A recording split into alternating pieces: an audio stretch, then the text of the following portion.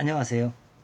중국의 고대 성현 중에 한비는 작은 것을 보면 큰 것을 알 수 있고 처음을 알면 끝을 알 수 있다고 주장한 최초의 인물로 평가됩니다. 한비의 가르침은 현명한 사람이 되기 위한 방법을 우리에게 조언한 것이죠. 즉 작은 것에서 큰 것을 발견할 줄 알아야 하며 사물의 본질을 이해하는 것은 물론 한 발 더 나아가 발전 법칙을 파악해야 한다는 뜻으로 이해할 수 있습니다. 기자가 자신의 나라를 도망친 까닭은 무엇일까요? 기자는 은상의 말년의 명신으로서 상나라 주왕의 서출 혈통이기도 합니다.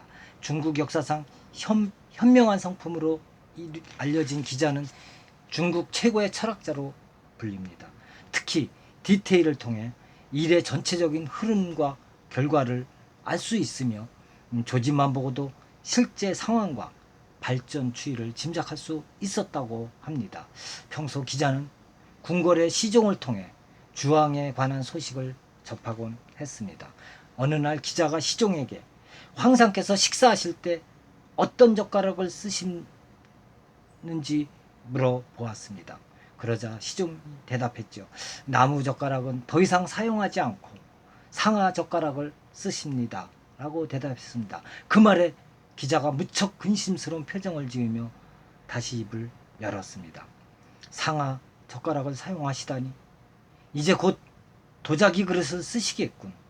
그리고 그 다음에는 옥으로 된 그릇을 쓰시겠지. 상아 젓가락과 옥 그릇에 담길 음식 과연 어떤 음식이겠는가. 필경 산의 진미리를 드시겠지.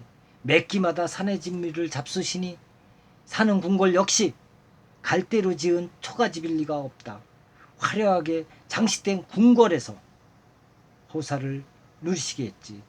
허나 그렇게 하면 천하는 부유해 줄 수 없다. 이제 대왕께서는 먼 곳에서 나는 그 진귀한 물건과 호화스러운 가마와 궁궐을 찾을 것이 분명하니 그러다가 화를 당하시지 않을까 걱정이로구나 하고 걱정했습니다. 그러자 시종이 말했죠. 대인의 말씀이 옳습니다. 그렇지 않아도 지금 대왕께서는 커다란 누각을 지으려고 하십니다. 작은 것을 보면 큰 것을 알 수 있는 법이다. 보아하니 상나라는 머지않아 무너지겠구나. 은상의 귀족으로서 기자는 은상의 안위에 대해 많은 관심을 보였던 것입니다. 하지만 주왕이 더 이상 충신들의 간언에 귀 기울이지 않고 제멋대로 국정을 운영하는 것을 보며 불길을 한 예감을 지우지 못했습니다. 결국 조국을 등지기로 결심한 기자는 천신만고 끝에 은상을 탈출해 지금의 중국 동북 지역으로 도망했다고 전해집니다.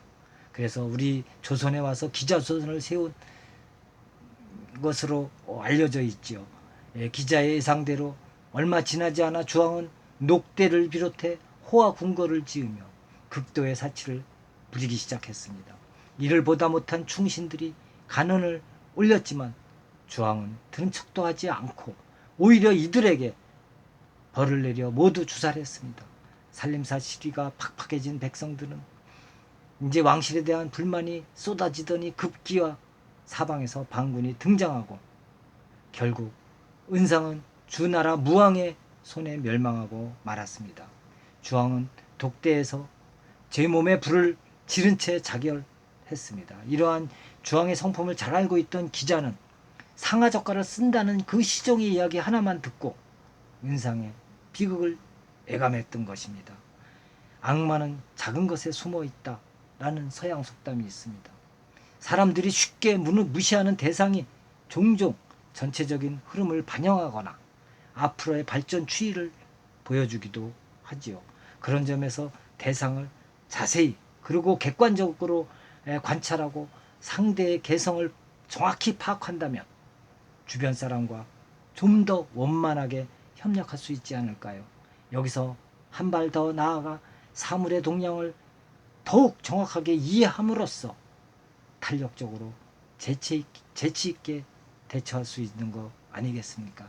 삶의 지혜는 상대 한 가지를 보면 열을 알 수 있다는 뜻으로 작은 것을 보면 큰 것을 알고 처음을 보면 끝을 알 수 있다는 생각을 갖고 살아간다면 지혜로운 삶이 되지 않을까 이렇게 생각이 듭니다.